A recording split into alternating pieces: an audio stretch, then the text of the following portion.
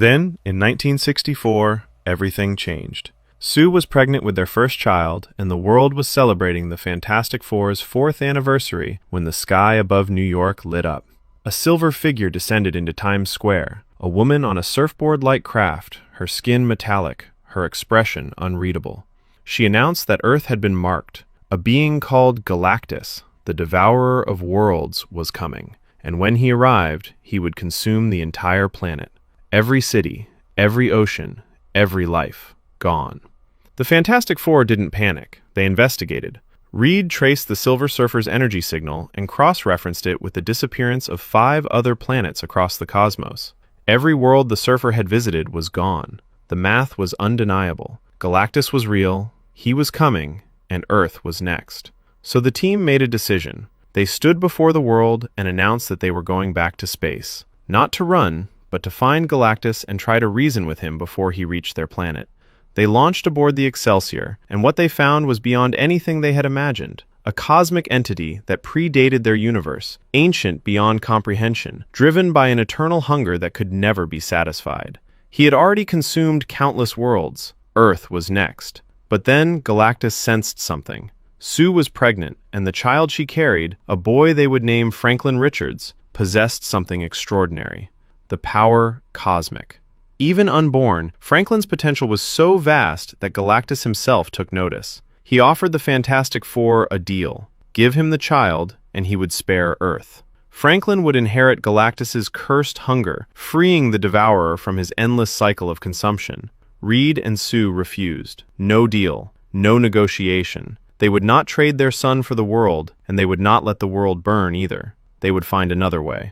What followed was a desperate fight for survival. The team escaped Galactus's ship, but the Silver Surfer pursued them across space. To shake her, they slung the Excelsior around a black hole at unimaginable speed, and in the middle of all of it, Galactus forced Sue into labor.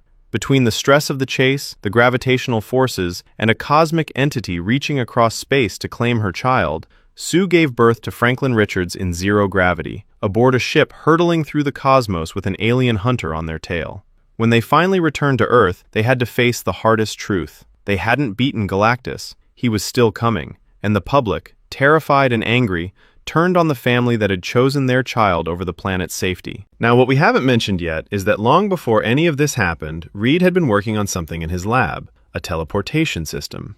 It started small, really small. He was moving tiny objects across short distances, testing whether organic matter could survive the process. It was experimental, unfinished, and nowhere near ready for anything beyond a tabletop demonstration. But now, with Galactus bearing down on them and no way to fight a being that had existed since before their universe, Reed looked at his little teleportation experiment and asked himself the craziest question imaginable. What if he scaled it up?